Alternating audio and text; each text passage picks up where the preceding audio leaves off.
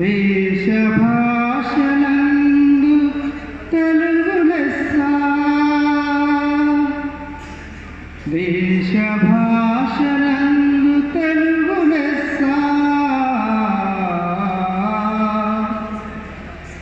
తేనె కన్న మధురమురా తెలుగు,